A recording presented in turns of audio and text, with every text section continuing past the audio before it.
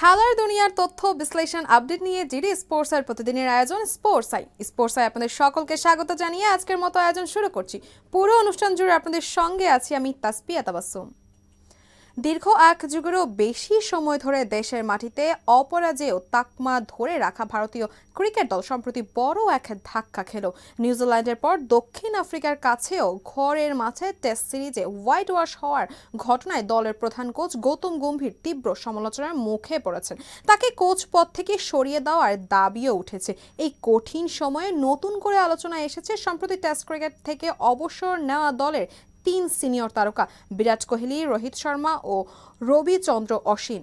গুয়াহাটি টেস্টে দক্ষিণ আফ্রিকার কাছে সিরিজ হারের পর কোচ গৌতম গম্ভীর স্বীকার করে নেন যে কোহলি এবং রোহিত শর্মার মতো 2 সিনিয়র ব্যাটারের হঠাৎ অবসর এবং তার সঙ্গে রবীন্দ্রচন্দ্র অশ্বিনের সরে যাওয়া ভারতীয় ক্রিকেটে এক শূন্যতা তৈরি করেছে। তার মতে ভারতীয় ক্রিকেটকে এমন সন্ধিক্ষণের মধ্য দিয়ে আগে কখনোই যেতে হয়নি।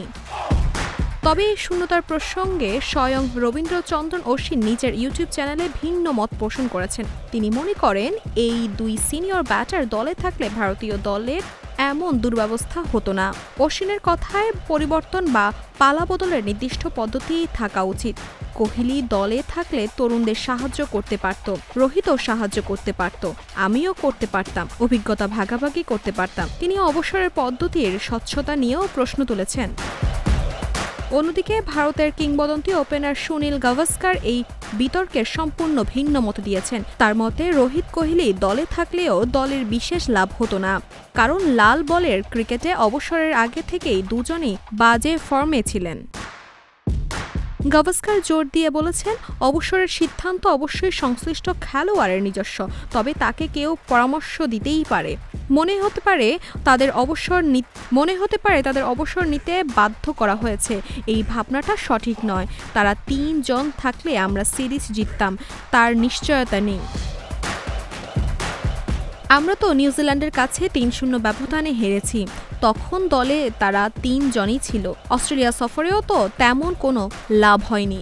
বিসিসিআই এখন গম্ভীরকে ছাঁটাই করার পথে না হাঁটলেও ঘরের মাঠে এই পরপর 2টি হোয়াইট ওয়াশ নিশ্চিতভাবে ভারতীয় ক্রিকেটের জন্য এক সতর্কবার্তা। প্রশ্ন এখন একটাই, এই বিপর্যয়ের জন্য কি প্রধান কোচের রীতিনীতি দায়ী, নাকি কোহলি, রোহিত ও অশ্বিনের মতো অভিজ্ঞদের হঠাৎ অবসরজনিত শূন্যতা?